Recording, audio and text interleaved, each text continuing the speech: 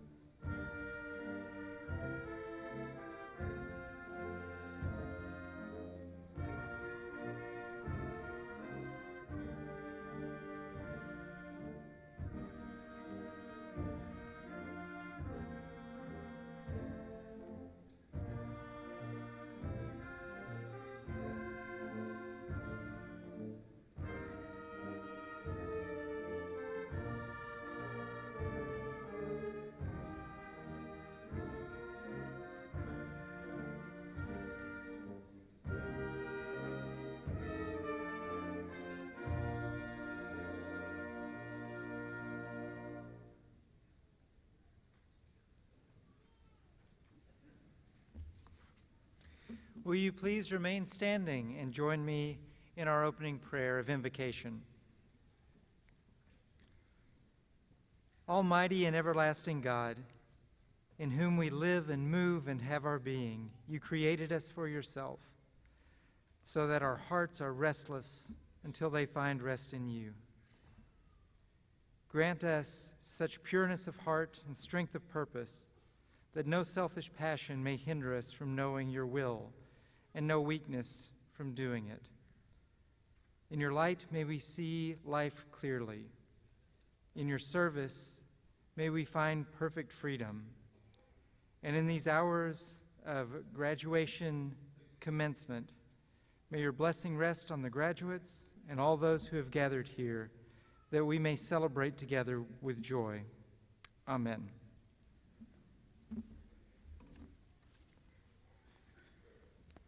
You may be seated.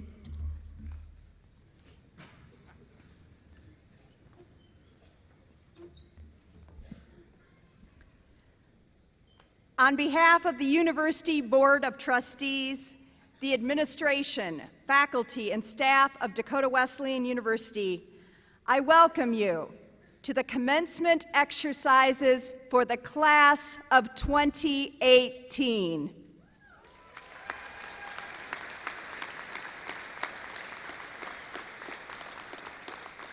We are grateful to the many friends and family members who have gathered with us today to celebrate this important accomplishment.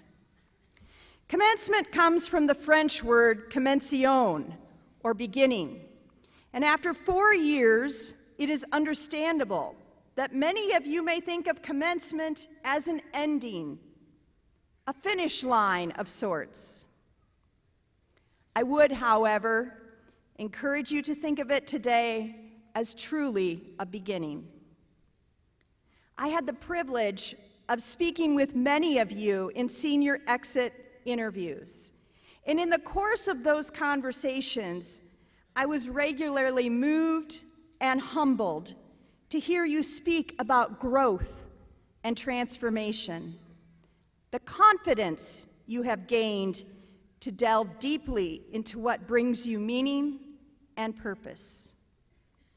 Thus, today constitutes that formal beginning, that day when you take what you have learned, the skills you have honed, the relationships you have cultivated, and the myriad of ways in which you have grown and matured, and head out into the world to make an impact. Impact in your workplace, but more importantly, impact in the lives of others. Today you begin a new walk down a new road that will be challenging, but also rich in opportunity. And it is our hope that we have prepared you well for the journey that awaits you.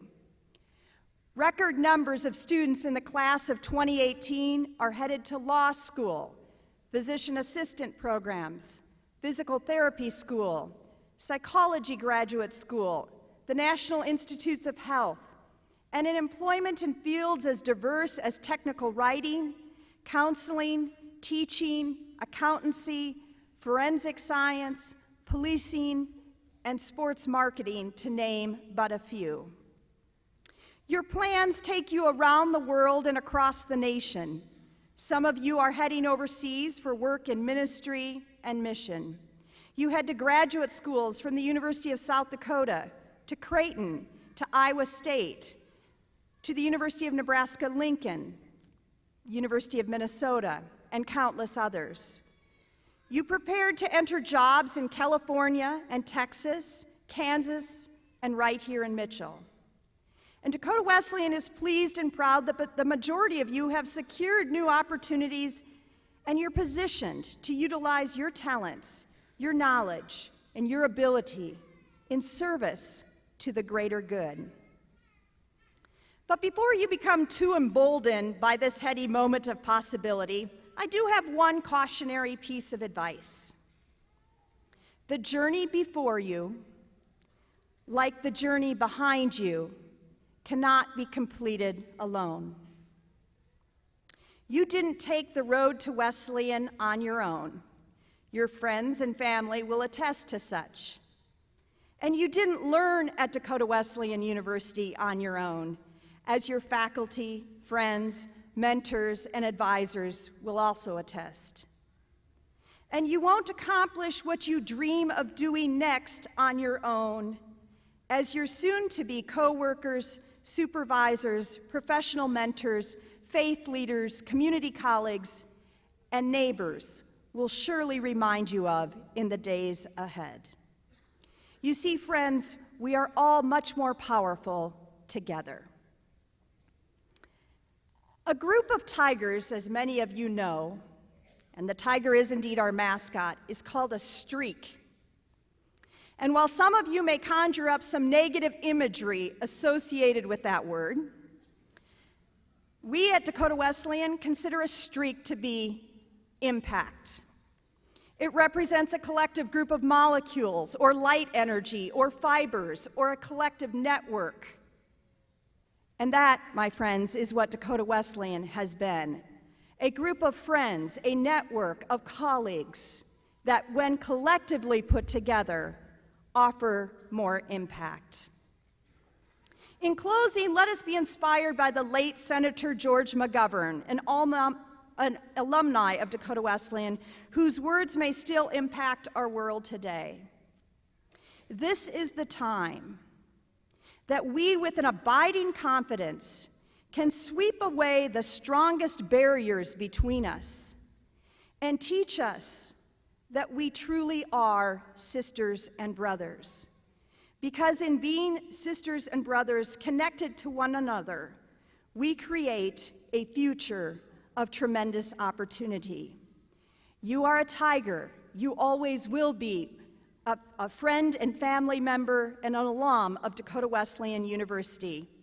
Thank you for gifting us with your energy and your enthusiasm and your talents. And congratulations and God's blessing to the class of 2018.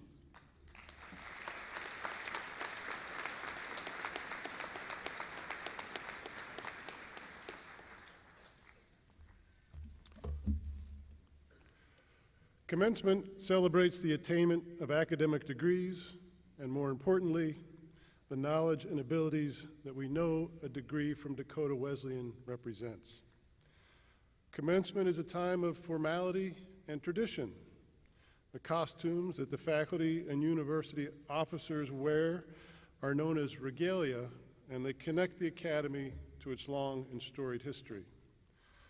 Robes and hoods denote degrees, braids and pins indicate honors, while colors identify academic disciplines and alma maters. As a United Methodist institution, we have committed ourselves to maintaining an educational environment that fosters the development of the entire person, intellectually, emotionally, physically, and spiritually. Over the past 133 years, Dakota Wesleyan has integrated our values of learning, leadership, faith, and service into a learning experience, the Wesleyan experience, that transcends textbooks and classrooms. We are confident that wherever your next steps may take you, be it the workplace, graduate school, or mission work in the developing world, you have been fortified with a foundation of knowledge, skills, and dispositions that will enable you to grow and flourish. We also hope you understand that the foundation you have acquired here at Dakota Wesleyan represents only the beginning of a life in which you are called to live out our missional values of learning, leadership, faith, and service. This ceremony commemorates your growth and accomplishments as students and as human beings. We thank all who are gathered here today in recognition of the graduating class of 2018. We begin the process of conferring degrees with the awarding of honorary degrees. It is the right, privilege, and responsibility of colleges and universities to recognize and honor the achievements and service of those whose commitment to their communities and their profession exemplify Dakota Wesleyan's motto of sacrifice or service. These individuals serve as exemplars for our graduates and personify the hopes we hold for the class of 2018. President Novak, the Board of Trustees has authorized you to confer honorary degrees upon the following candidates in recognition of notable achievement and service in their field. Ardith H. Miller, Honorary Doctorate of Humane Letters.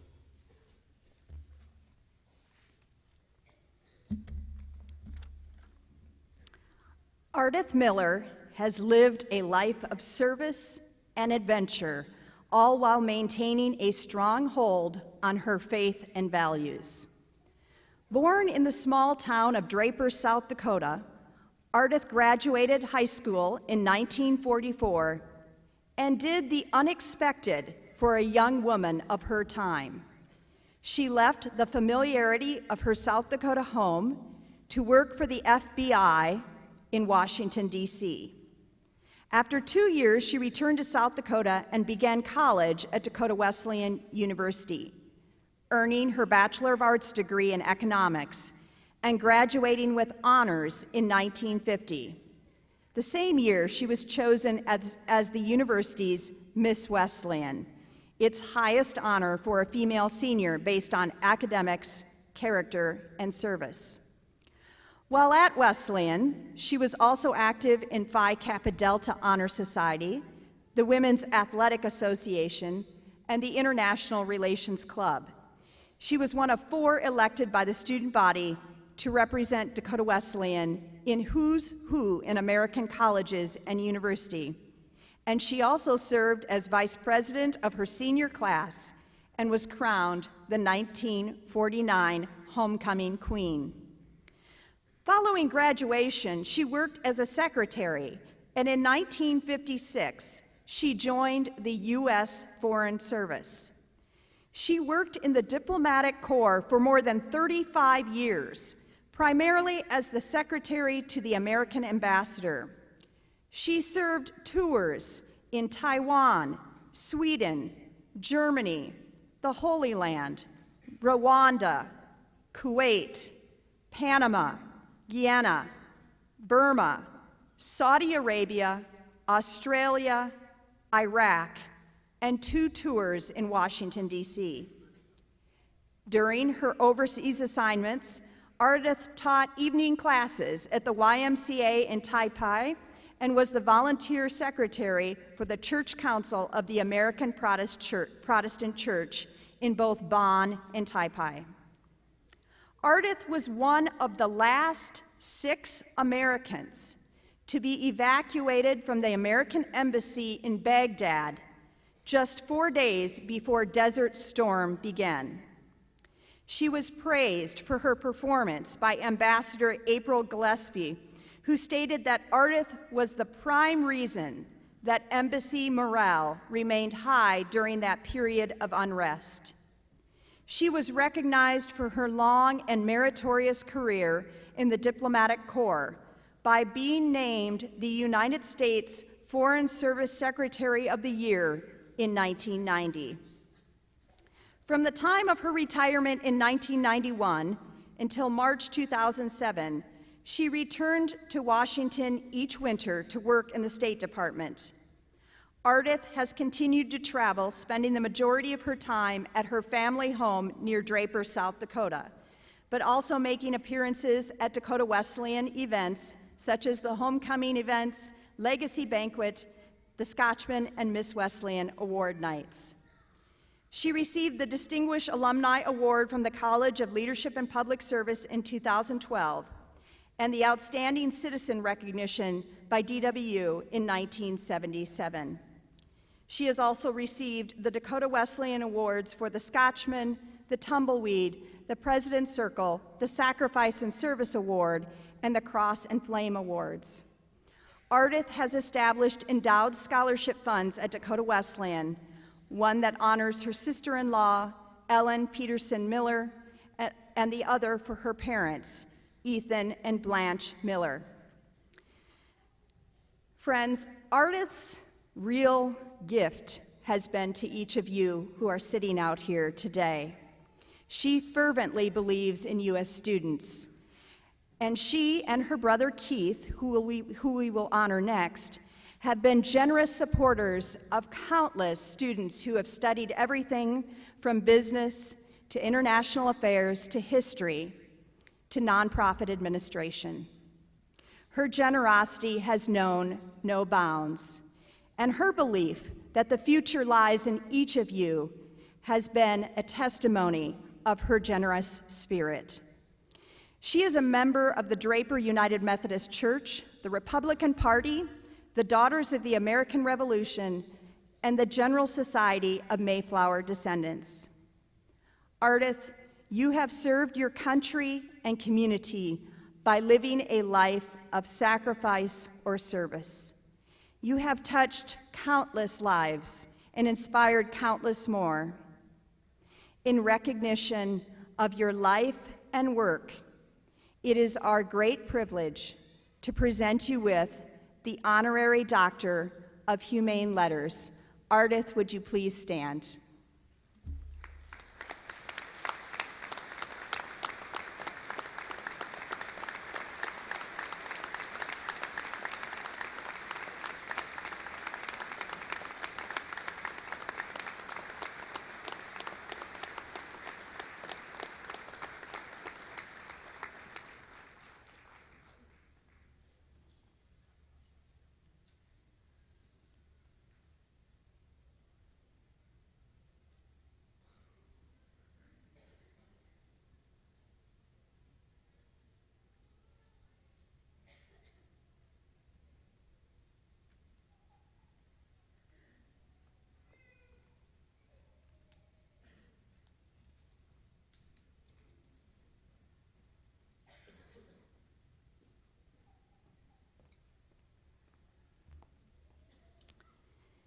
Dakota Wesleyan is also pleased to award Ardith's brother, Keith B. Miller, an honorary Doctor of Business Administration posthumously. Keith Miller spent his life distinguishing himself as a businessman, but beyond that, as a valued member of his community and family. Keith grew up on the family ranch near Draper, South Dakota. His parents believed in the importance of education and passed their values on to their children. While at Dakota Wesleyan, Keith participated in debate, band, the International Relations Club, and held an on-campus job cleaning the library, as well as an off-campus job at JCPenney Company. Keith was a member of Pi Kappa Delta and Phi Kappa Phi Honor Societies and graduated cum laude with a Bachelor of Arts degree in 1947 before attending the Graduate School of Banking at the University of Wisconsin, where he earned his diploma in banking. Keith worked at the Okoton Bank from 1947 to 1955 and then became the manager of the bank and a related insurance agency in Midland, South Dakota. In 1960, he moved to Linton, North Dakota, where he became the vice president and cashier of First National Bank and managed a related insurance agency. He retired in 1987 and moved to Pierre, South Dakota in 1991. While in Linton, Keith served as the president of the Chamber of Commerce, chairman of the County Red Cross, and as a member of the school and library boards. A member of the United Methodist Church, Keith was a Sunday school superintendent, chairman of the Pastor Parish Relations Committee, finance chairman, and a conference delegate. He was also president of the North Dakota Association of Insurance Agents and was an active member of the Masonic Lodge. Keith has been the recipient of the Scotchman Award for Philanthropic Giving from Dakota Wesleyan, as well as the Tumbleweed President's Award, Sacrificer Service Award, the Cross and Flame, Graham, and John Wesley Awards. He has also served the university as a member of the DWU Alumni Board for many years, and in 2008, Dakota Wesleyan honored Keith with outstanding service to alma mater.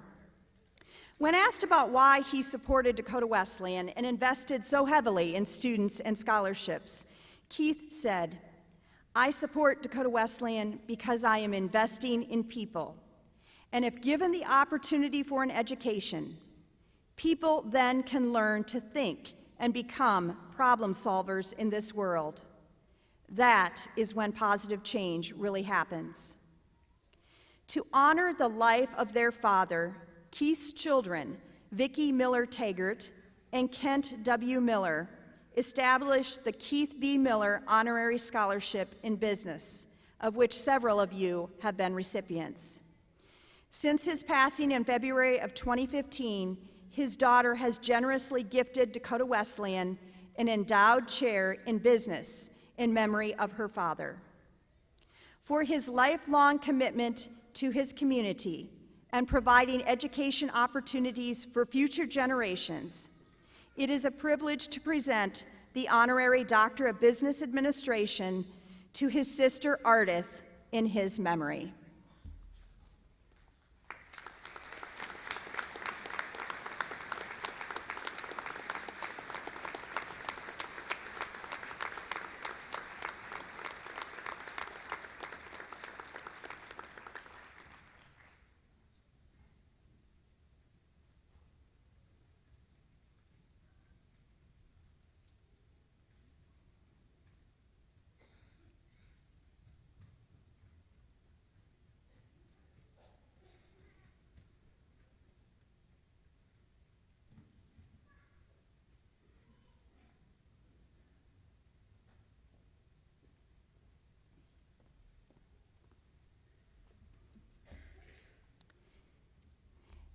We are pleased to welcome the Reverend Dr. Robert M. Franklin, Jr. to offer the 2018 commencement address. Dr. Robert Franklin currently serves as a senior advisor to the president at Emory University in Atlanta, Georgia, and is president emeritus of Morehouse College. Dr. Franklin also serves as the James T. and Berta R. Laney Professor of Moral Leadership at Emory University and has served as the director of the Religion Department. He was also a visiting scholar in residence at Stanford University's Martin Luther King Jr. Research and Education Institute in 2013. Dr. Franklin provides commentary for CNN, the National Public Radio program All Things Considered, and a weekly commentary for Atlanta Interfaith Broadcasting Television. Dr. Franklin has served on the faculties of the University of Chicago, Harvard Divinity School, Colgate-Rochester Divinity School, and at Emory University's Candler School of Theology, where he gained a national reputation as Director of Black Church Studies. He also served as a program officer in human rights and social justice at the Ford Foundation and as an advisor to the foundation's president on future funding for religion and public life initiatives. Franklin was invited by the American film producer, Jeffrey Katzenberg, to prepare an online study guide for the congregational use of the DreamWorks movie, The Prince of Egypt, and served as an advisor to the History Channel's The Bible, as well as Oprah Winfrey's series, Belief. Franklin holds ordination in both the American Baptist Churches of the USA and the Church of God in Christ. He served as the Presidential Distinguished Professor of Social Ethics at Emory University and as Senior Fellow at the Center for the Study of Law and Religion at the Emory University School of Law. Franklin received his Bachelor of Arts degree from Morehouse College in 1975, a Master of Divinity from Harvard University in 1978, and a PhD from the University of Chicago in 1985. Franklin has authored 3 books: Crisis in the Village, Restoring Hope in the African American Communities, Another Day's Journey, Black Churches Confronting the American Crisis, and Liberating Visions, Human Fulfillment and Social Justice in African American Thought. He has co-authored From Culture Wars to Common Ground, Religion and the American Family Debate. He also wrote the foreword to Dr. Martin Luther King Jr.'s Letter from a Birmingham Jail, reprinted by Trinity Forum in 2012. and he is currently working on a book on moral leadership. On a more personal note, our university received a grant to explore the role of vocation, what a student is called or gifted to do. And our faculty attended a conference in which Dr. Franklin shared his vision of moral leadership, a calling well beyond our careers, and a calling that was consistent with our belief that there was an intersection between faith and community and our work. And so we invited Dr. Franklin to share his vision of moral leadership with us and his appreciation of what diversity means in our world today. As a response to the lecture in which the faculty heard, he encouraged universities to develop a lecture series called What Makes a Nation Great? And this past year, we've heard from artists and politicians and scientists, all who have reflected on what makes a nation great. So it is with pleasure that we welcome to the stage today Dr. Robert M. Franklin to offer us words of wisdom for our world.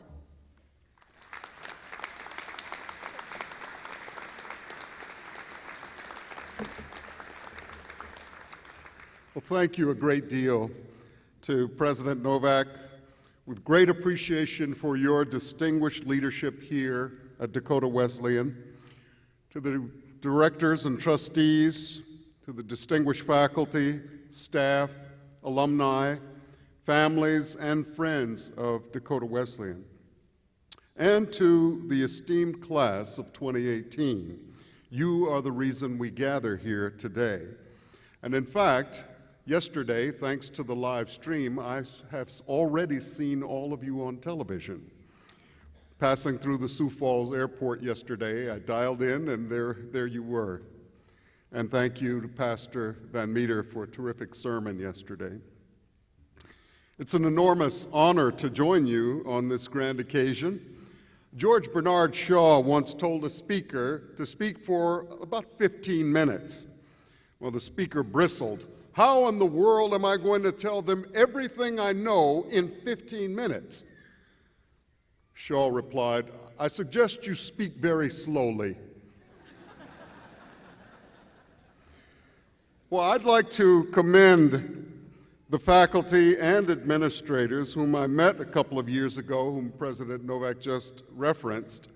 And they accepted my challenge, and you've had extraordinary conversations that I hope will continue. What makes for a great nation? I commend your dedication, vision, courage, and energy. And I always like to pause to commend the often unheralded labor of faculty and administrators. If there is such a thing as Dakota Wesleyan magic, then faculty and administrators, you are the magicians. In her remarkable 1980 presidential address to the Modern Language Association, Helen Vendler quoted Wordsworth's vow at the end of the prelude. I quote, "What we have loved, others will love, and we will teach them how," end quote. I distill her meaning in quoting Wordsworth for us today to be, Dakota Wesleyan, you fulfill and dignify your vocation as educators. You perform your magic when you teach students to love what you have loved. Indeed, we could almost say that Wordsworth really provides a noble definition of our calling, our vocation, in a single phrase. This is a good day to take stock of where you go from here. This is the question of knowing your vocation, knowing your calling in life, and responding to that call. Mark Twain said, the two most important days of your life are the day you are born and the day you find out why. And not my favorite theologian, Howard Thurman, said, do not ask what the world needs. Just go out and do what makes you come alive. What the world needs is people who have come alive. Most people agree that we're living in polarized and contentious times. In fact, while reflecting on our interesting times, I picked up and was taken with the book title of Leanne Roripaw's poems, On the Cusp of a Dangerous Year.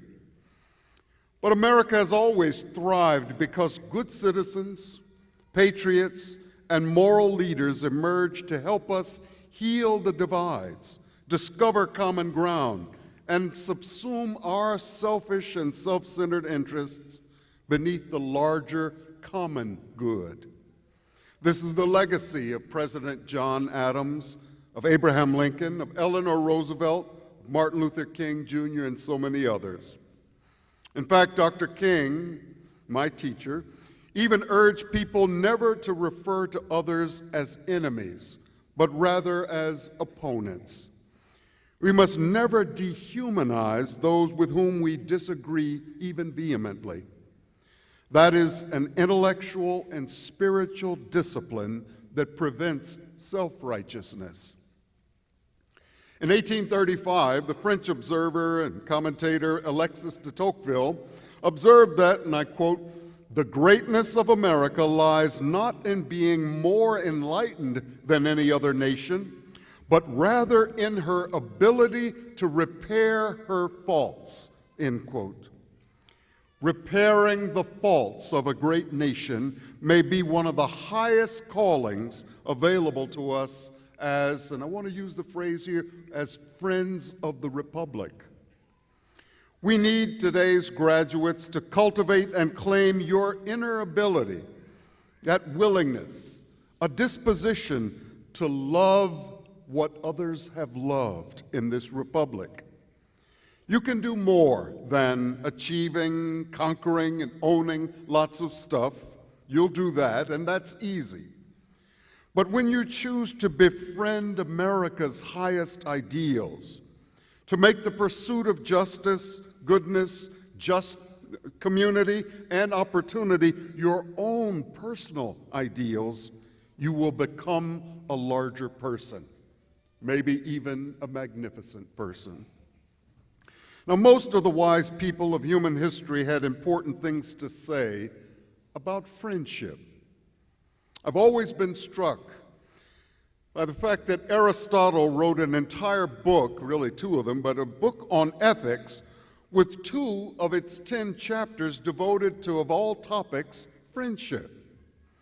He reminds us that friendship has a place in moral theory. He describes 3 types of friendship. Some of you are thinking about the folks you're sitting with now and in this class. Friendships of pleasure, friendships of utility, and friendships of virtue. Some people select friends because they make us feel good. Some select friends primarily who are useful, who can deliver certain desired goods, like backstage passes for your favorite artist.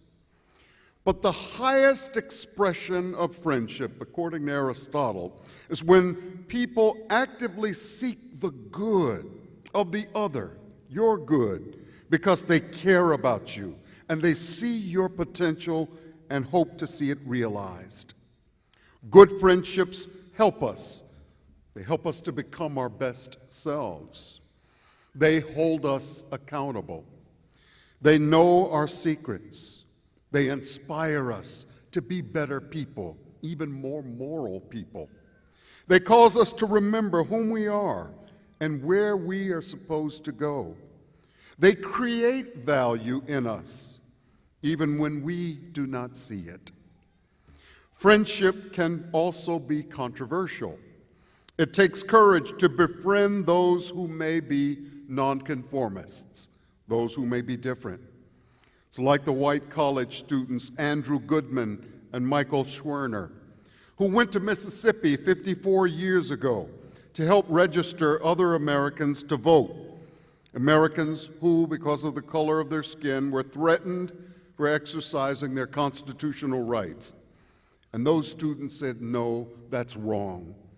They were not always popular, but they were friends of the Republic, and of those who needed moral allies. I was only 10 years old when I learned and heard the news that Andrew Goodman, Michael Schwerner, and James Chaney, a local black student in Mississippi, were abducted and murdered. I wondered why those students from so far away would risk so much to help strangers. You all may know that they all have been remembered in the Peace and Justice Memorial Museum, just opened in Montgomery, Alabama. Jesus knew friendship could also be risky and subversive. In fact, in the Gospel of Matthew, chapter 11, he was criticized for being, and I quote, a friend to tax collectors and a friend to sinners. Those who recorded the story of Jesus noted that he said, "Greater love has no one than this, that someone lays down his life for his friends. You are my friends if you do what I command you. No longer do I call you servants, for the servant does not know what the master's doing, but I have called you friends. For all that I've heard from my Father I've made known to you." That from John chapter 15. Mary Ann Evans, who was known by her pen name George Eliot, captured the essence of friendship in these words. I quote, "A friend is one to whom one may pour out the contents of one's heart, chaff and grain together, knowing that gentle hands will take and sift it, keeping what is worth keeping, and with a breath of kindness blow the rest away," end quote. In earlier times, good friends and good friendships were generally few, and friendship was labor-intensive. Indeed, friendship was precious, and friending required lots of time and shared experience to foster trust and intimacy. Recall those long conversations on the phone when you're building a friendship, even a platonic friendship and certainly a romantic friendship. I admit that I'm old enough to remember that ancient process. This reminds me of George Burns, a great comedian, who said, "I'm so old I remember when the Dead Sea was just sick." But now many of us have lived long enough to join Facebook and to have thousands of friends. In fact, my favorite and common social experience these days when I'm in public is for someone to walk up and say, "Hey, you don't know me, but I'm your friend on Facebook."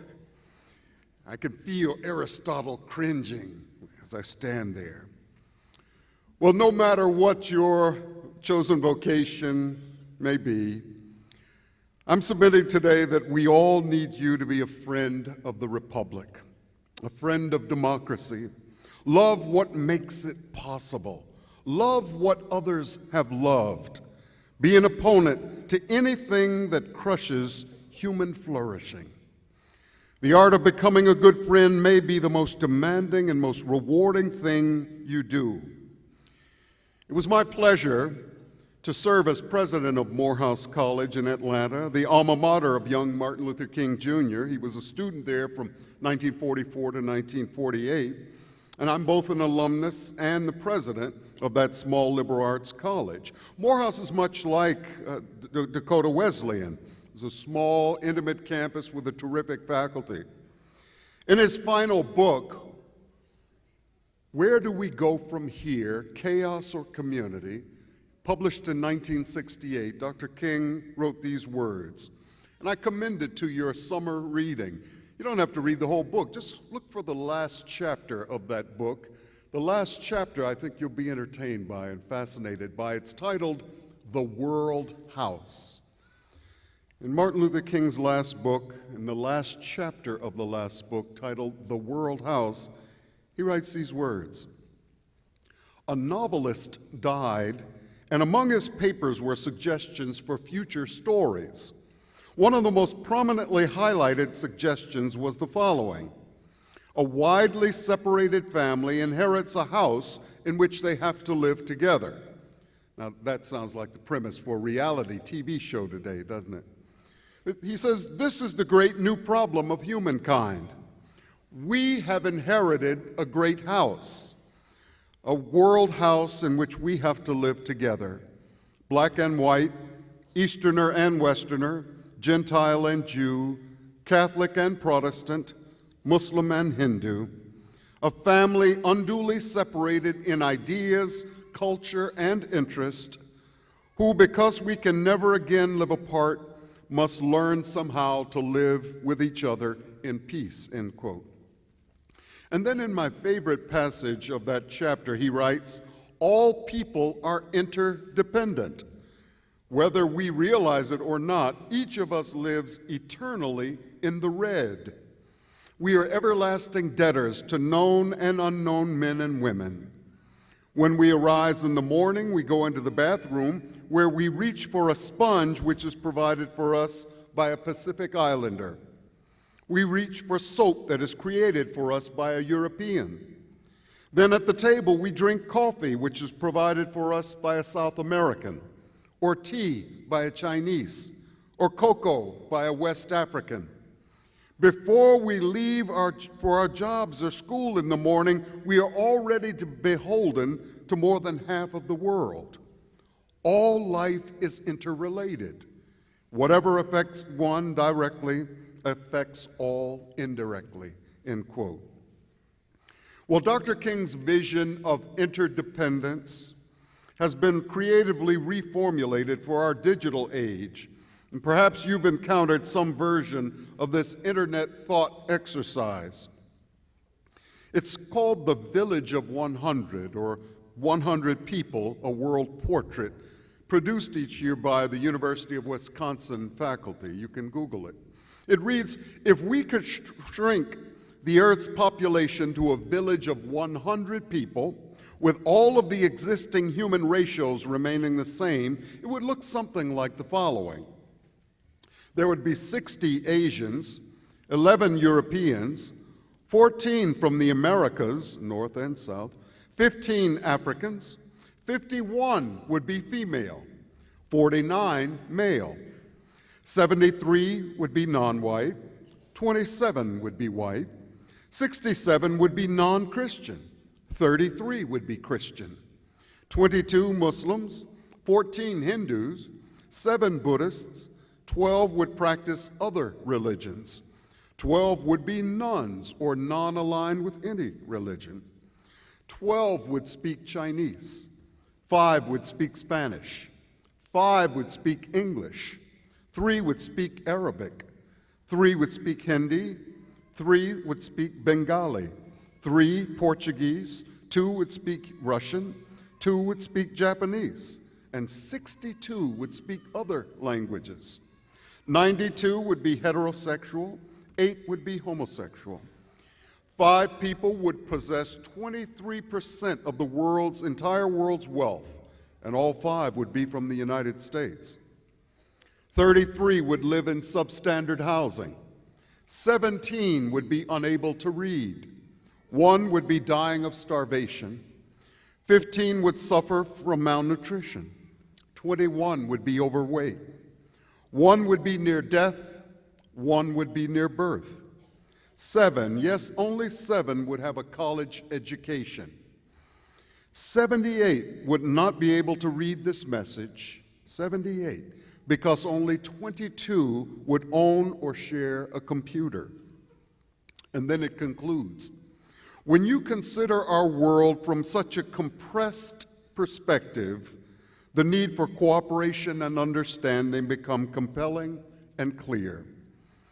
I believe that universities like Dakota Wesleyan must continue to produce moral leaders defined as women and men who live with integrity, with courage, and with imagination to serve the common good, who are indeed friends of the Republic and friends of humanity. Let me conclude with a few leadership virtues that I'd like to highlight as we all navigate this brave new world. Friendship with strangers, friendship with the Republic requires honesty and a commitment to truth. President John Adams, our second president of the United States, reminds us, and I quote, you can almost tweet this, "Facts are stubborn things, and whatever may be our wishes, our inclinations, or the dictates of our passions, they cannot alter the state of facts and evidence," end quote. Honesty.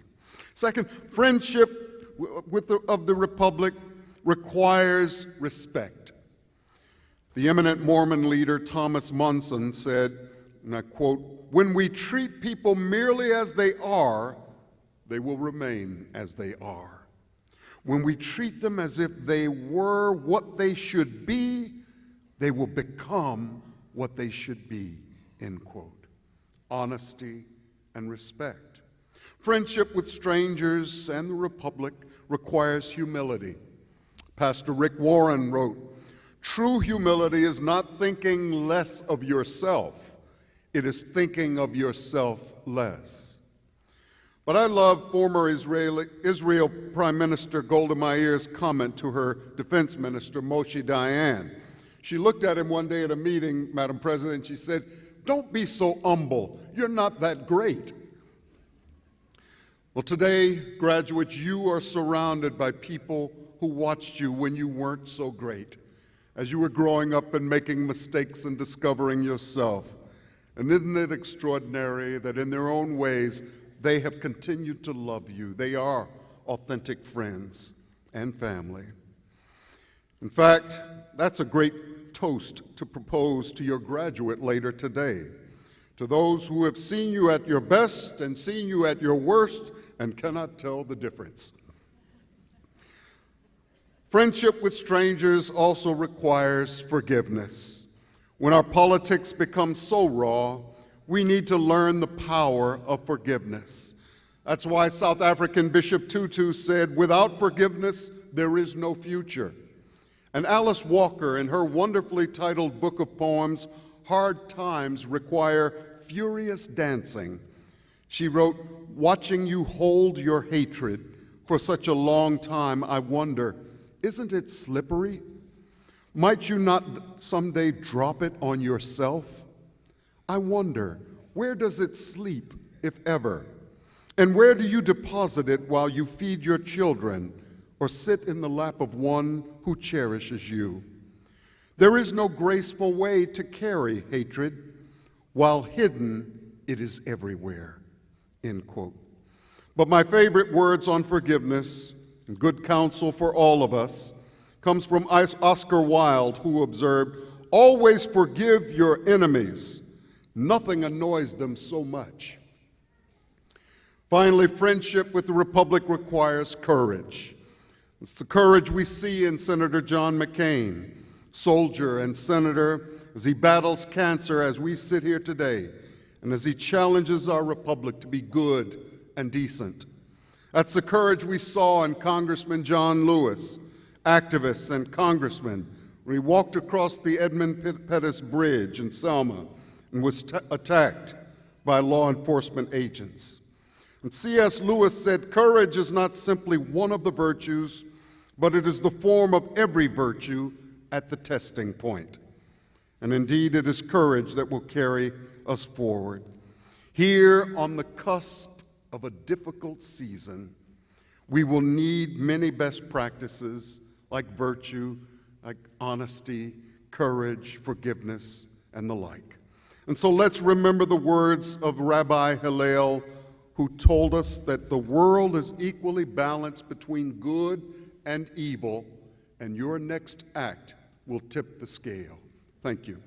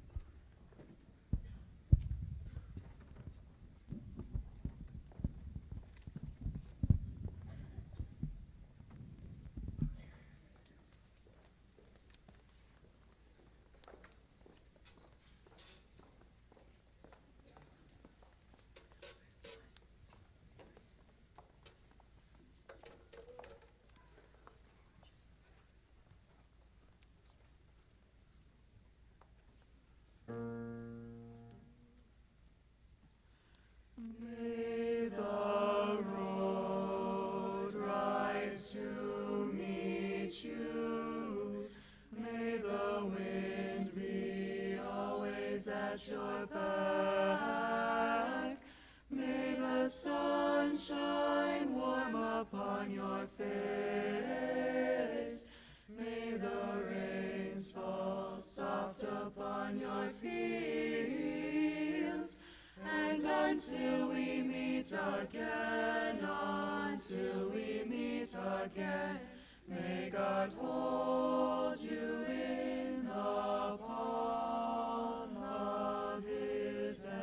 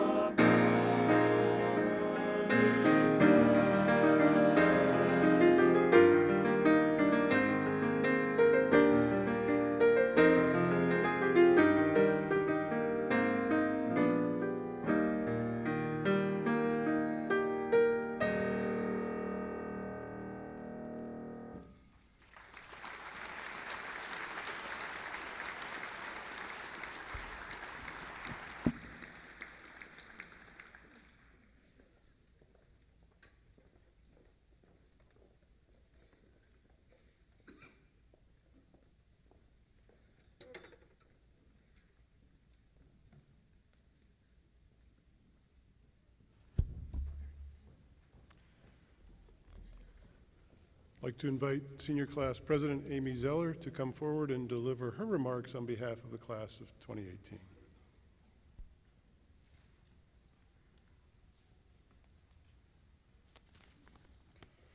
Hello, everyone. So I wanted to start off this speech today on a light note with a knock-knock joke, so I'll need your participation. Knock, knock. Who's there? Amy. And that is exactly what I'm sure a lot of the graduates here were thinking when they heard I was their senior class president. So if you don't know me, my name is Amy. We went to college together, and fun fact, you voted me in as your class president freshman year. Technically, that was 4 years ago, but no one has run since, so I've been unopposed, so that's why I'm here. When it became time to write this speech, I was honestly struggling to find the right words to share with you to best encapsulate our Wesleyan experience. I decided I would ask for advice from a few friends. They said, well, just talk about a few of our memories, and they shared a few. And then, the nice friends that they are, they got pretty serious and said, but really, just make it short. And Amy, don't be weird. I think I already failed one of those things with the knock-knock joke, so here goes a short speech. What will you remember most about your time at Dakota Wesleyan? For me, that's been the hardest question I've been asked in the last 6 months. And keep in mind that I've been asked plenty of times about my plans after graduation. Maybe I'm speaking for more people than just me when I say that even though we have spent plenty of hours in preparation for graduation, we could never have been fully prepared for how this day would make us feel. It's like we've always been told. Dakota Wesleyan feels like family, and now we know that truth for ourselves. We're leaving the campus, classrooms, dorms, and people that have been our home for 4 years. Of course, there's a feeling of relief too. There's nothing like walking out on your last final knowing you're done. Trust me, that is a Snapchat-worthy moment. We started out as young, timid freshmen, lost on the sidewalk like it was the changing staircase at Hogwarts. And now, this week, we all but zombie walked our way to class after long nights of studying. This campus has become our home, and we've shared countless memories together to prove it. I'm sure some families remember when we began on freshman move-in day. We let strangers take our belongings from our cars to our dorm rooms while we secretly feared judgment. The same year, we experienced Core 101 and had the absolute pleasure of watching Dr. Farney and Catalano act out the death of Socrates. Spoiler, it was pretty dramatic. I don't want to freak out the grandparents in the room, so I won't go into details, but we also did experience the small lice epidemic of 2015. If you weren't there, do not ask questions, but do thank our nurse Donna for being a lifesaver. The list could go on and on. Humans versus zombies, worship under the stars, the homecoming football game, and a student favorite, chicken nugget night in the cafeteria. And though technically some of us just cheered, this year we even brought home a national basketball championship. Whether through happy times or through times of loss and sadness, we have experienced moments together that have cemented our bonds to each other. So what will I remember most about my 4 years at Dakota Wesleyan? Maybe this moment right now, but preferably not the speech giving, my stomach's in knots feeling, but rather I'll remember the family and home that we have made for ourselves at Dakota Wesleyan, which I know is what makes saying goodbye so difficult. To the faculty and staff, thank you for unselfishly sharing your time, talent, and knowledge. We know it's your job to do so, but you have gone above and beyond your call of duty. You've demanded excellence from us when we didn't even expect it in ourselves. We truly owe this day to you and could never repay you for that debt. Though for the record, we will be repaying our student loans. To our family and friends, thank you for supporting us in more ways than we can count. Whether from the bleachers or through the phone, you've cheered us on and been our rock from day one. Thank you for your tireless love. Fellow graduates, you have fought long and hard for this day. Congratulations on this milestone, and best of luck to you on your next chapter. I hope you too will remember this moment of goodbye and look back on your time at Dakota Wesleyan with fond memories. Together, we have been a small but powerful family. Wherever we go and whatever we do, I hope we'll always be friends when we meet again. Thanks.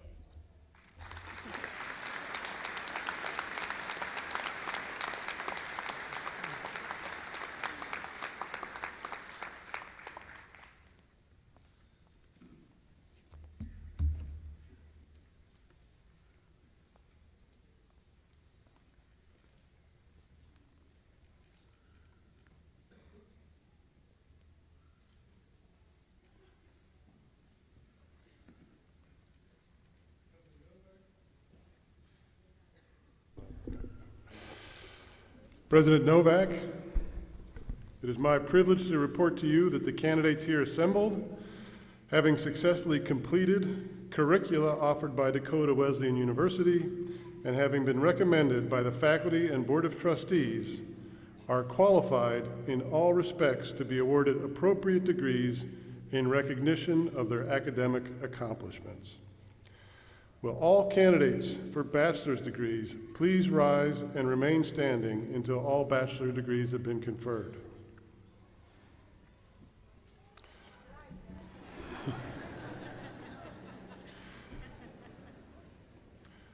I have the privilege of presenting those candidates who, upon completion of all degree requirements, are qualified in all respects for a bachelor degree. Please hold your applause. I know it'll be hard, but please hold your applause until all degrees have been conferred. Begin with Bachelor of Arts candidates.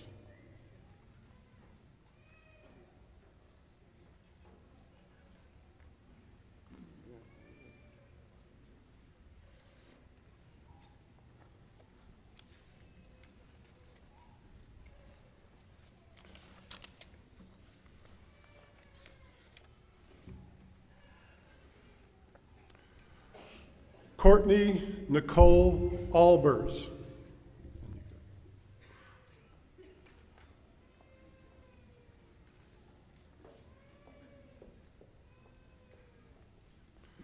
Maxine Audrey Block.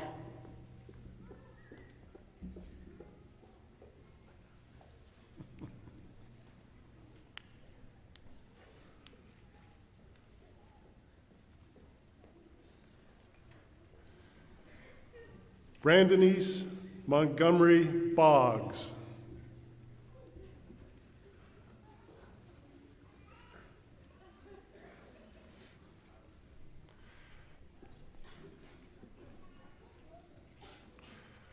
Derek Dale Brenner, summa cum laude.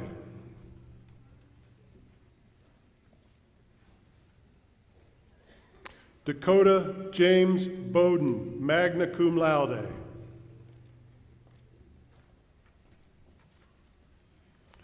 Clark James Butler, cum laude.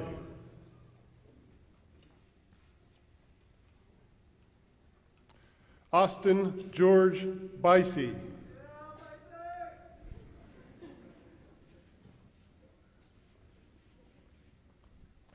Thomas Jerome Carlson.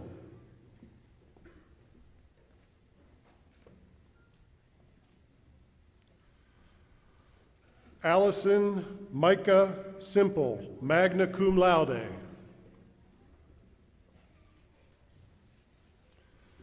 Zachary Lee Clement.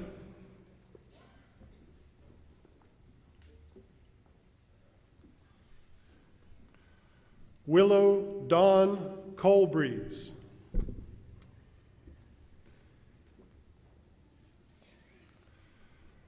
Nathaniel Jacob Collins.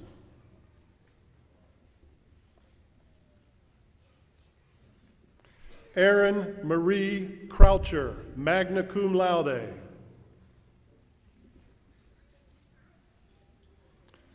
Dylan James Dethlefson.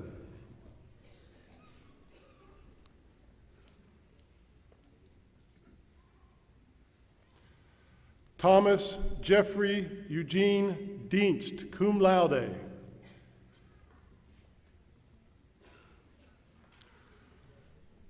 Demira K. Dvorak, summa cum laude.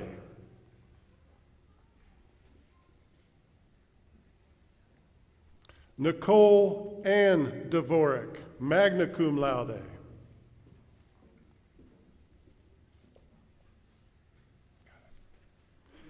Katarina Godfrey, cum laude.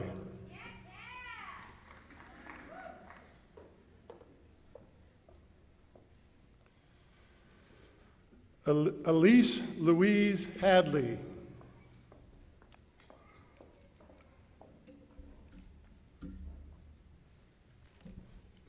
Autumn Joe Hagan, magna cum laude.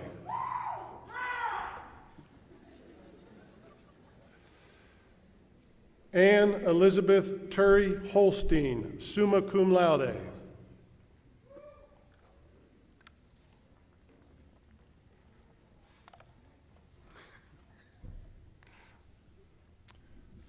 Josie K. Huber, magna cum laude.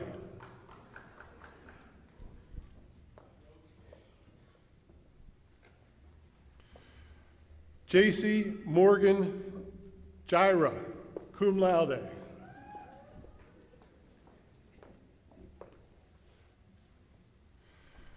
Matthew Christian Krall.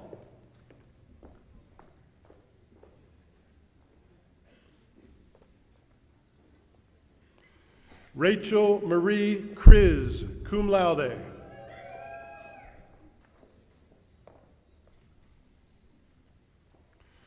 Trevor Lon Krugman.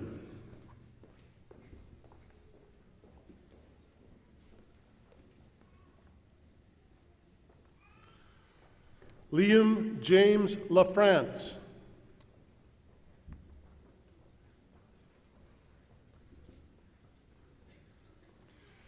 Natasha Elaine Lecter.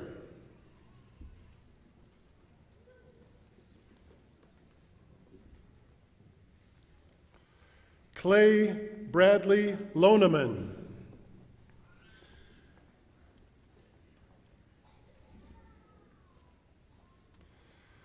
Damon Paul McCleary, cum laude.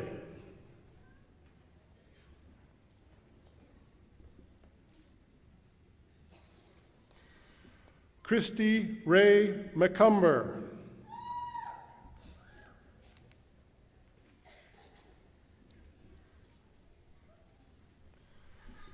Brittany Elizabeth Oakes.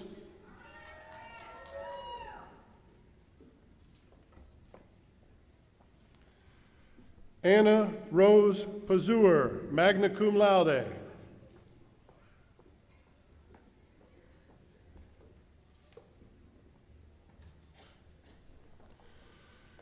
Megan Charlotte Peltier, summa cum laude.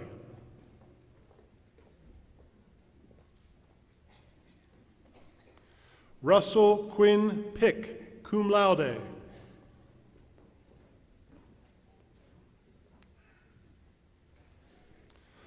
Cole Scott Ratterman.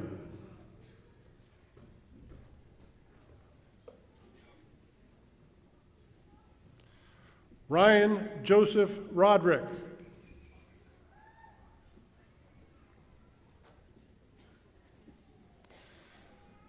Levi Michael Rosaboom.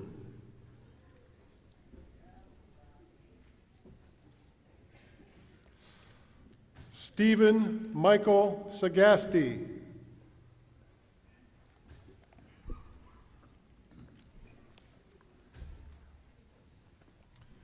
Sierra Ann Schneider, summa cum laude.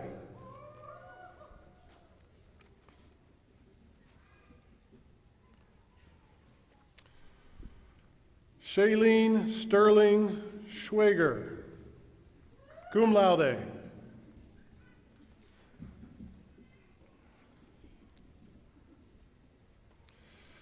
Rachel Claire Selland.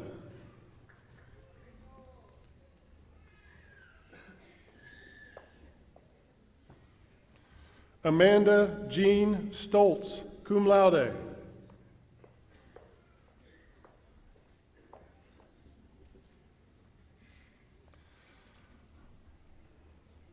Austin Daniel Van Poel, cum laude.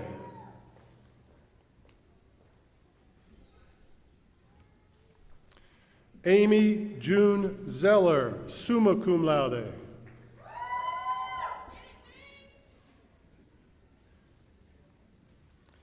Christopher Daniel Gulnick.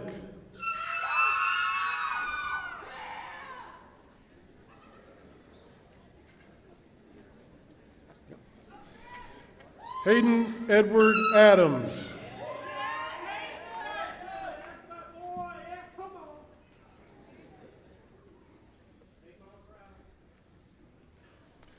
Tyson David Allen, magna cum laude.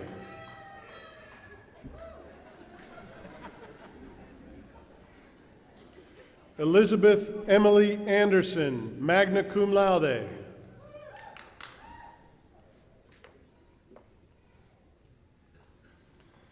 Morgan Leanne Onbaugh.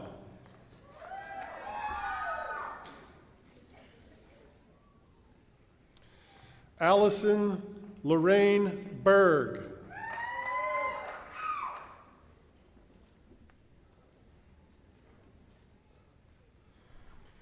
Austin Bruce Bicknace.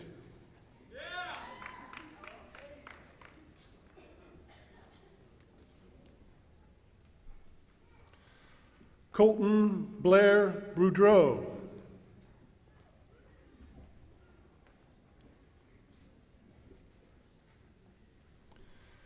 Amber Lynn Bray, magna cum laude.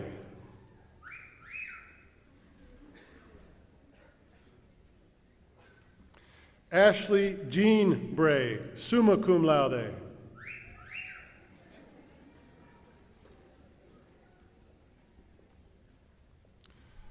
Cole Scott Casper, cum laude.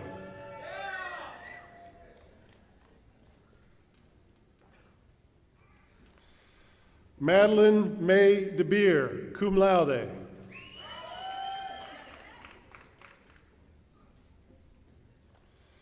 Sarah Ray DeHai.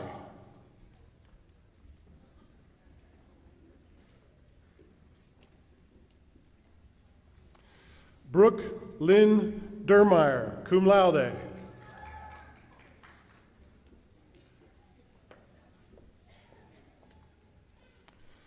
Melissa Ann DeWall.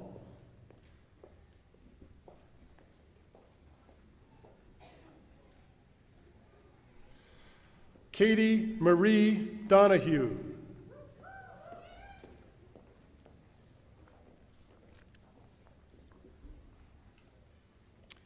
John Eric Dosh.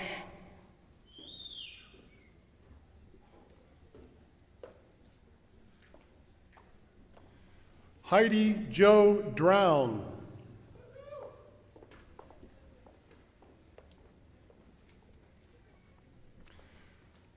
Nigel Desmond Drury.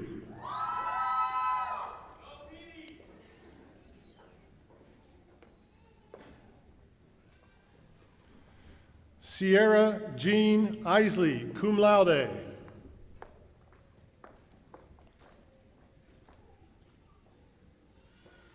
Caitlin Jean Ellsworth.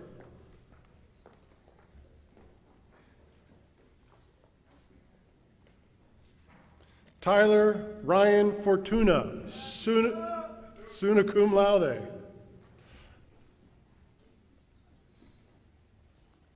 Matthew Thomas Foberg, cum laude.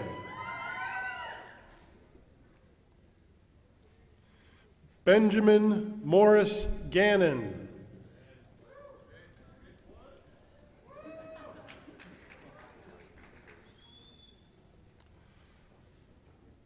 John Brett Harmoning.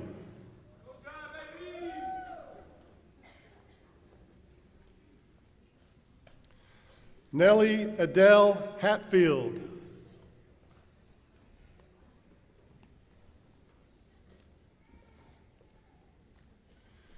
Louis Sam Hofer.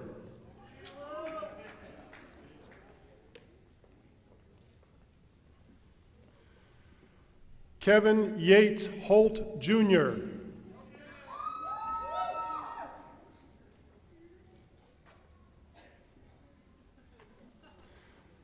Cody Brooke Horst, summa cum laude.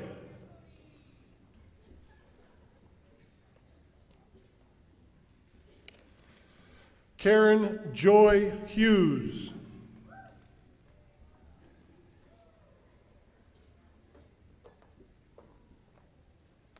Sarah Catherine Hooser, summa cum laude.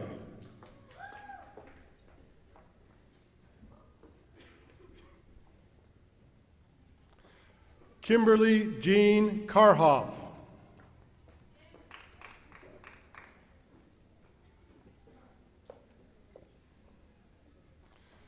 Julia Catherine Kaus, magna cum laude.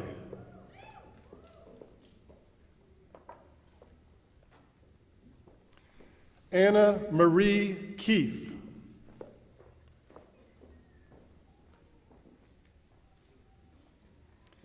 Jasmine Gina Krieger, cum laude.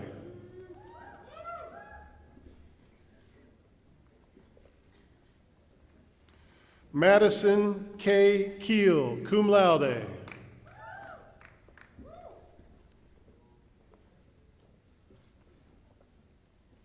Sarah Elizabeth Lang, with distinction.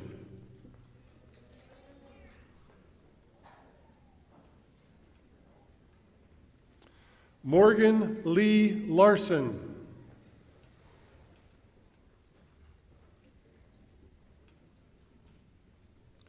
Timothy Patrick Leach, cum laude.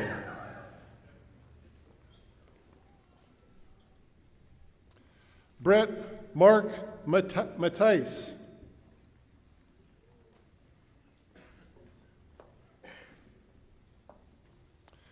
Danielle Rose Van Kooten Moore.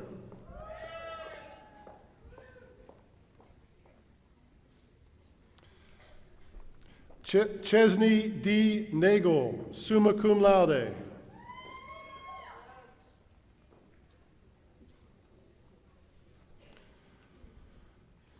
Brooklyn Marie Olerking, magna cum laude.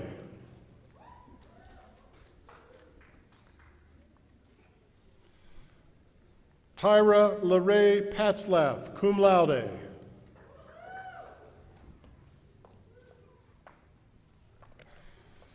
Rihanna Danae Pfeiffer, magna cum laude.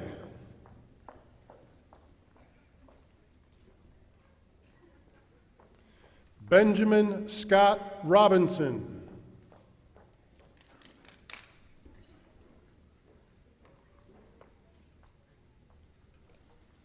Alyssa Jo Roy, summa cum laude.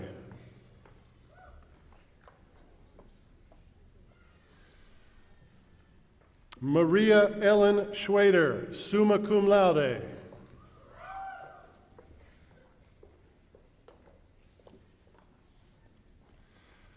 Shanna Ray Selby, summa cum laude.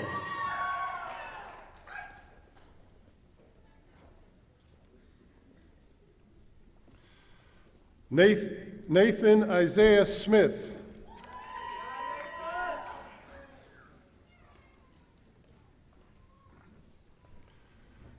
Jason Henry Allen Spicer.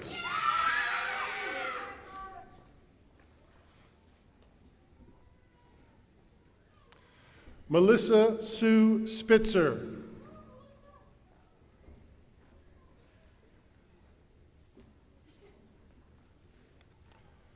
Nathan Marcus Statham, summa cum laude.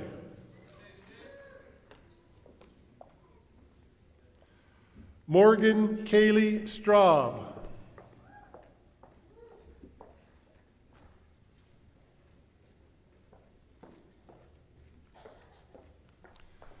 Brianne Marie Stiles.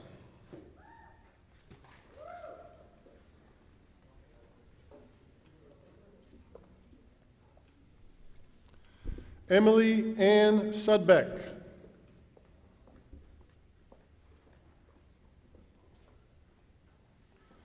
Carissa K. Swanson.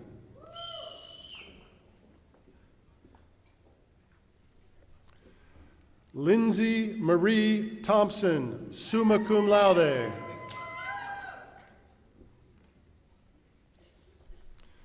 Dylan Michael Turner.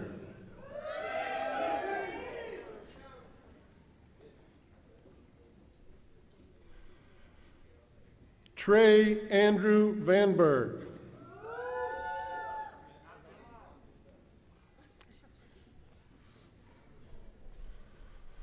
Nicole Marie Whitstruck.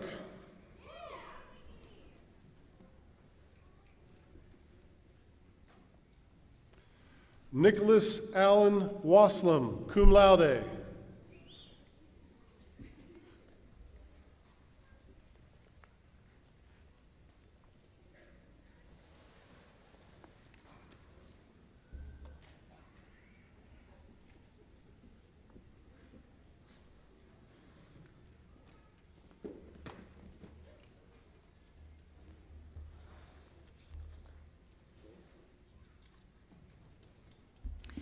By virtue of the authority vested in me by the Board of Trustees of the University and the State of South Dakota, I do hereby confer upon you a bachelor degree according to the department in which you have qualified, with all honors, privileges, and responsibilities pertaining thereto. Will the recipients of the bachelor's degrees please move their tassels from the right to the left side of their mortarboards, officially signifying their graduation.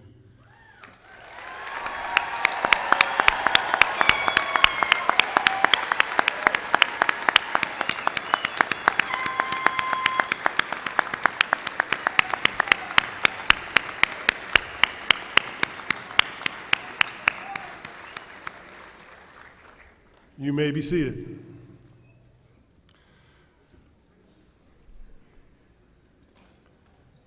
Will all candidates for the master's degree please rise and remain standing until all master's degrees have been conferred?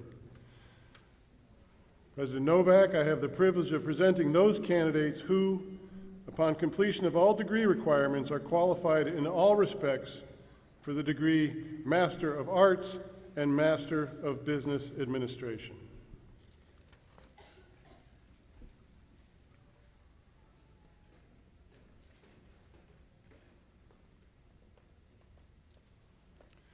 Kevin Edward Caruso.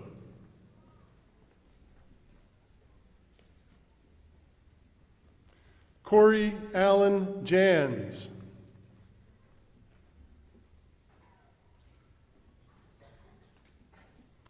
Amanda Lynn Knoll.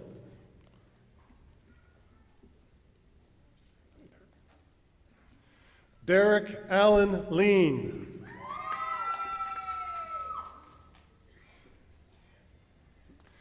Jarrett Jeffrey Mills.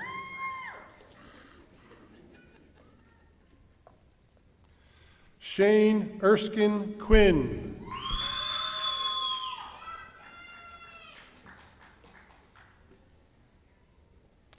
Christopher John Foster.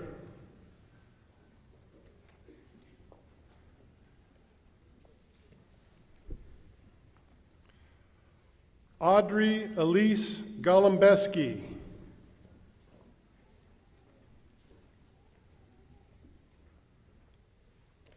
Elliot Brenton Hanks.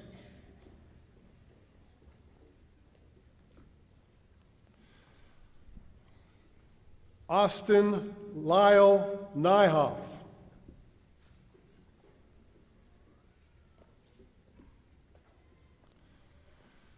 Jason Roy Roskins.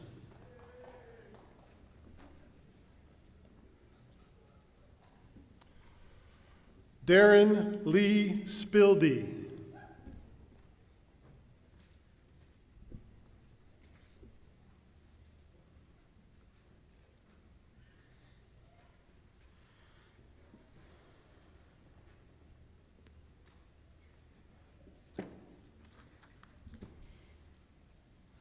By virtue of the authority vested in me by the Board of Trustees of the University and the State of South Dakota, I do hereby confer upon you the degree of Master of Arts and Master of Business Administration according to the department in which you have qualified, with all honors, privileges, and responsibilities pertaining thereto. Please join me in congratulating the 2018 Master Degree recipients.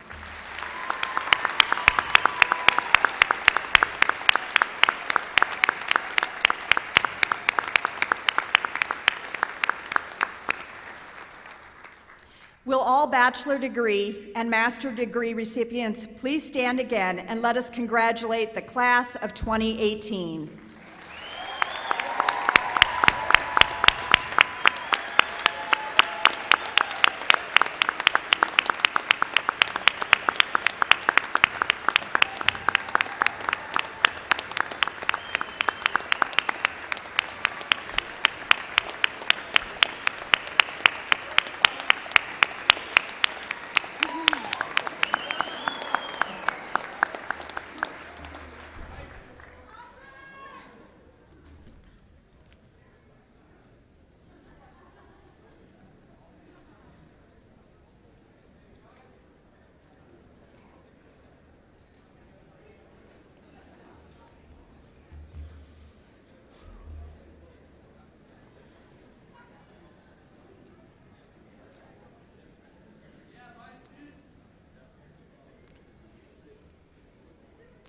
It is now my honor and privilege to present the Clark Award for Teaching Excellence. The Clark Award is an endowed award established by the Clark family of Mitchell, South Dakota. It is awarded annually in recognition of a Dakota Wesleyan University faculty member who has exhibited the following characteristics: excellence in teaching, excellence in serving the needs of students, and excellence in service to the institution and community. The Clark Award Selection Committee receives nominations from faculty members, staff members, and students. It reviews those nominations and presents a slate of candidates to the Academic Affairs Committee of the Dakota Wesleyan Board of Trustees. This committee makes the final selection. Joining me to present the award is Megan Luther. Faculty member receiving this award received multiple nominations, and I had lots of fun going through the person's files and picking out quotes from students. I'm going to read some of those to you.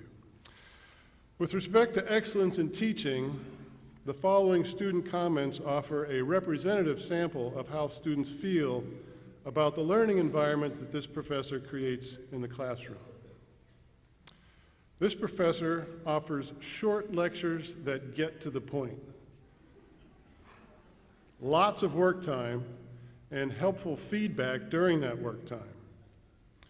This professor makes it easy to learn. The amount of learning in this professor's courses is high. The professor runs the class well and has high expectations of the students. The homework problems were relevant to both my job and to the course. The professor provided real-world examples that helped me relate to the topics that we discussed. This professor's passion for teaching and learning radiates every time the professor enters the classroom. This professor's enthusiasm creates an atmosphere where everyone is welcome to make mistakes.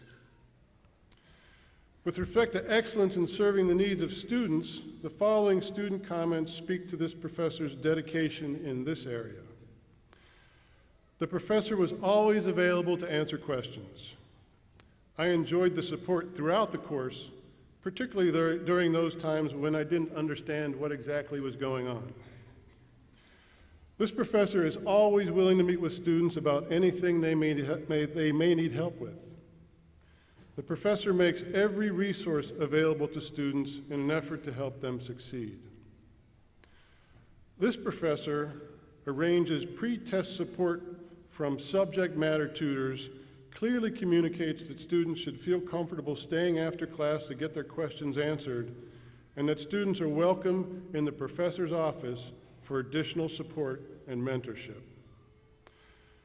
With respect to excellence in service to the institution and community, the following comments from this faculty member's nominators speak to this professor's commitment and achievements in this area. This professor allocates time outside of her normal work schedule to attend banquets, concerts, and sporting events so that she is able to support her students outside of the classroom. This professor works very hard to develop a rapport with her students, supporting them both in and outside of the classroom.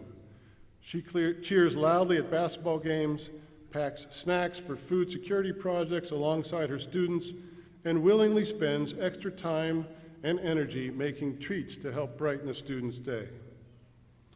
This faculty member serves both the university and the community well. She has served on a variety of committees and task force during her tenure at Dakota Wesleyan, and recently has assumed the role of chairperson of the undergraduate business program.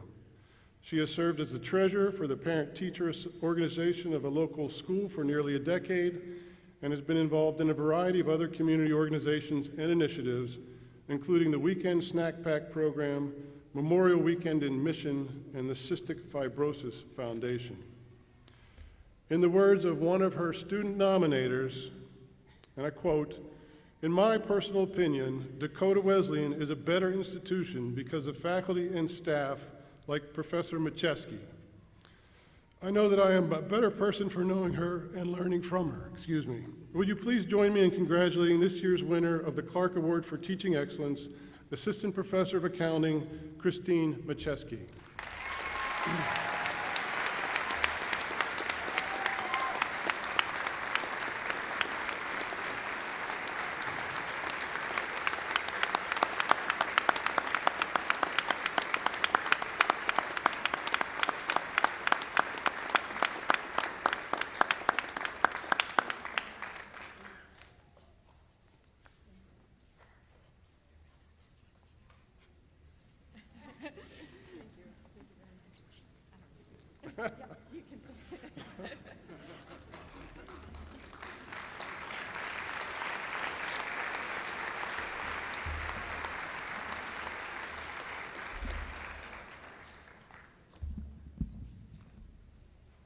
It's always exciting to sit from this vantage point watching the faces of our faculty as they try and guess who is going to be selected for this.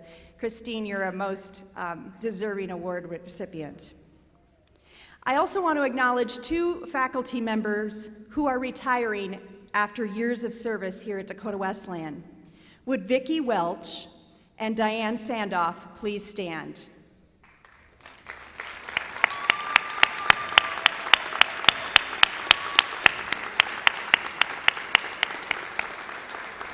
Together, these two women have combined service nearing 60 years.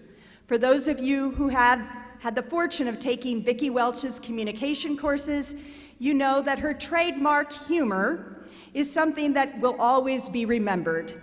Students comment about her dedication to their success as student public speakers, and also her uncanny ability to make them think for themselves. Diane has left a long legacy in the nursing department, starting here in the associate program, spearheading the Sioux Falls LPN to BS program, and ending her tenure as administrative chair of nursing. During that time, she too has left a lasting impact on the university and its students.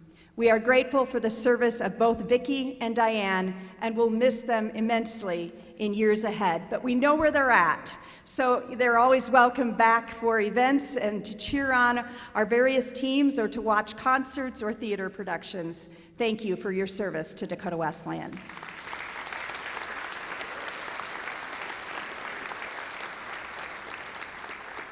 At this time, I'd like to invite Nathaniel Collins forward to lead the audience in the Scotchman. This is our alma mater. We sing the first verse, and then we hum the second verse. So I'd ask you to please stand and join us in the Scotchman.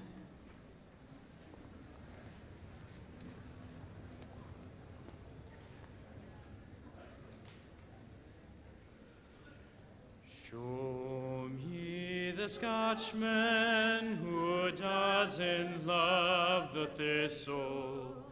Show me the Englishman who doesn't love the rose.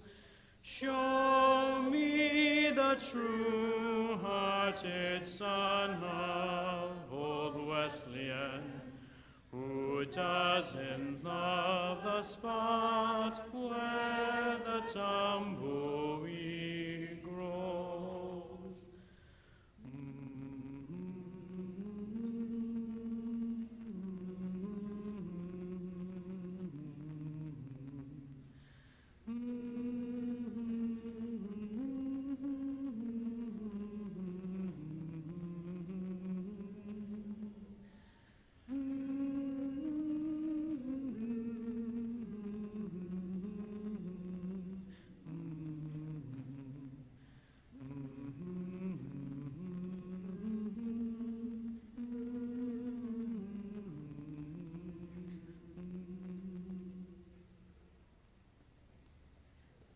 On behalf of the Dakota Wesleyan University Board of Trustees, administration, faculty, and staff, I thank you for supporting and celebrating the graduates in the class of 2018.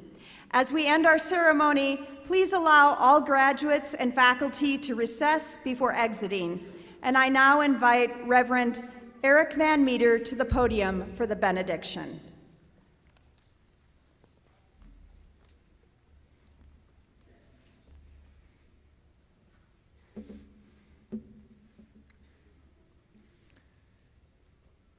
As your classes and grading are now complete, may you strive toward excellence in all you do.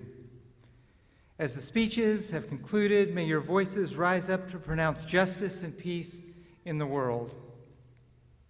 As the fanfares cease, may you sing joy even in the dark and lonely places. As the applause quiets, may you celebrate and lift up those around you. As you graduate, may your achievements grow and cause growth in your communities. May we all know of the overwhelming blessings of the one who created all things, in whose name we now bless you and turn you loose to bless the world. Amen.